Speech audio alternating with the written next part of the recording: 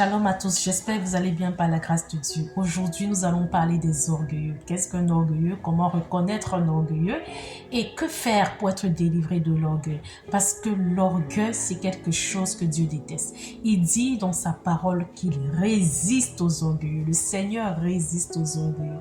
Alors toi qui m'écoutes, si tu es orgueilleux, il est important, il est nécessaire que tu écoutes cette vidéo jusqu'au bout, s'il te plaît. Ça va t'aider parce qu'il n'y a pas de place au paradis pour les orgueilleux. Alors, qu'est-ce qu'un orgueilleux? Un orgueilleux, c'est quelqu'un qui est imbu de sa personne. Quelqu'un qui a une opinion ou une considération exagérée de sa personne. Comment reconnaître un orgueilleux? Alors, il y a tellement de points que je peux citer pour nous permettre de reconnaître un orgueilleux, mais je vais juste citer 6 points. Le premier point, c'est que l'orgueilleux cherche toujours à avoir raison. Par exemple, lorsqu'il fait un débat avec quelqu'un, s'il a dit quelque chose qui n'est pas vrai, il va tout faire pour prouver par A plus B que ce qu'il a dit là, c'est ça. Il va tout faire pour se donner raison. Le deuxième point, c'est que l'orgueilleux n'aime pas les reproches. Parce que pour lui, tout ce qui sort de sa bouche ou tout ce qu'il fait est bon. Il ne trouve pas de problème à ses faits et gestes, à ses dires. Pour lui, tout ce qu'il dit est bon, tout ce qu'il dit est vrai, c'est correct. Il n'est pas reprochable selon lui. Il n'a pas de leçon à recevoir de qui que ce soit. Troisième point, l'orgueilleux ne sait pas demander pardon. Ce n'est qu'une évidence. Parce que selon lui, tout ce qu'il dit ou tout ce qu'il fait est bon. Pour lui, il n'est pas reprochable. Donc, il n'y a pas lieu de demander pardon à qui que ce soit. Il ne sent jamais qu'il a offensé quelqu'un. Pour lui, c'est lui qui se sent toujours offensé. Donc, c'est le contraire avec lui. Lui, il a l'impression que les gens l'offensent, mais lui, il n'offense jamais personne.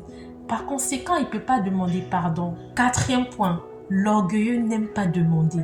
Alors, ça n'a rien à voir avec le fait que quelqu'un a du mal à demander parce qu'il ne veut pas embarrasser, parce qu'il ne veut pas peut-être dépouiller quelqu'un. C'est juste que l'orgueilleux, le fait de demander, pour lui, c'est être dans une position de faiblesse, c'est se rabaisser. Donc, l'orgueilleux ne demande pas, non pas parce qu'il ne veut pas nuire, mais parce qu'il ne veut pas se sentir rabaissé. Parce que pour lui, demander, c'est vous donner l'opportunité d'avoir le dessus sur lui. C'est comme ça que lui comprend ça. Pour lui, lorsqu'il vous demande, ça veut dire qu'il est en position de faiblesse et vous êtes en position de force. Cinquième point, l'orgueil a toujours tendance à parler de lui tout en faisant ses éloges. Moi, quand j'étais, moi j'avais, moi j'ai fait ceci, j'ai fait cela. Il va toujours tout centrer sur lui en fait. Il va toujours tout ramener à lui et il va vouloir toujours attirer l'attention des autres afin que les autres puissent se voir comme étant inférieurs à lui. Enfin, le sixième et dernier point, l'orgueilleux n'aime pas les conseils. Qui es-tu pour donner conseil à l'orgueilleux? Puisque lui, il maîtrise tout.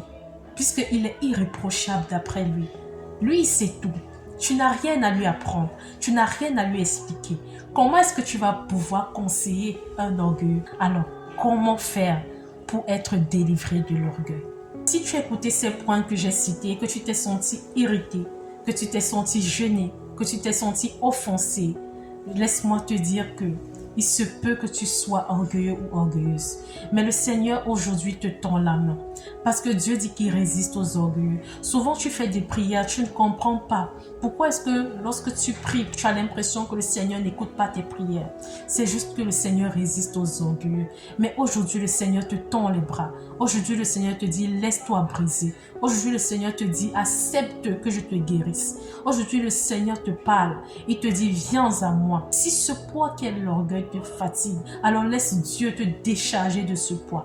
Parce que l'orgueil va t'empêcher de t'épanouir, va t'empêcher d'être en possession de ce que le Seigneur te réserve. Tout simplement parce que le Seigneur te résiste. Laisse-toi dépouiller. Le Seigneur Jésus-Christ, de condition divine, il n'a pas regardé à sa condition. Il est devenu semblable aux hommes. Il pouvait se dire, je suis Dieu. Pourquoi est-ce que je dois me rabaisser jusqu'à devenir comme un homme? Mais il nous a montré l'exemple de l'humilité parfaite. Laisse-toi briser par le feu du Saint-Esprit. Laisse le feu du Saint-Esprit consumer tout ce qui n'est pas de lui en toi. Au nom de Jésus-Christ, tout est possible. La première des solutions, c'est de reconnaître que tu es quelqu'un d'orgueilleux, que tu es une personne orgueilleuse, de prendre conscience de cela, d'accepter le brisement, d'accepter le changement et aussi maintenant d'appeler le Seigneur à agir, ne te laisser dépouiller, ne plus essayer de te battre seul. Parce que l'orgueil a cette tendance à vouloir tout faire seul. N'essaye plus de te battre seul. Laisse Dieu te briser, laisse Dieu te façonner, laisse Dieu te transformer. Le plus grand miracle, comme j'ai l'habitude de dire, c'est la transformation d'une vie. Demain, tu pourras dire, avant j'étais orgueilleux, avant j'étais orgueilleuse, mais le Seigneur m'a brisé, il m'a transformé, il m'a appris ce que c'est que être humble. Laisse-moi te dire que l'humilité n'est pas une faiblesse. L'humilité est un acte de grandeur. Que le Seigneur te donne la capacité de pouvoir voir comme lui, d'agir comme lui, de penser comme lui, dans le nom suprême et glorieux de Jésus-Christ. Et c'est par la prière que tu pourras y arriver. En disant, Seigneur, j'ai besoin de toi.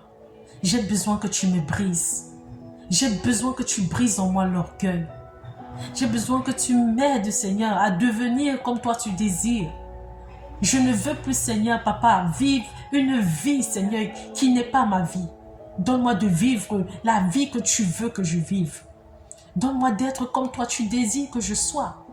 Je veux être ce que tu dis et non ce que je veux. Seigneur, par mes propres forces, je ne peux pas m'empêcher d'être orgueilleux. Je ne peux pas m'empêcher d'être orgueilleuse.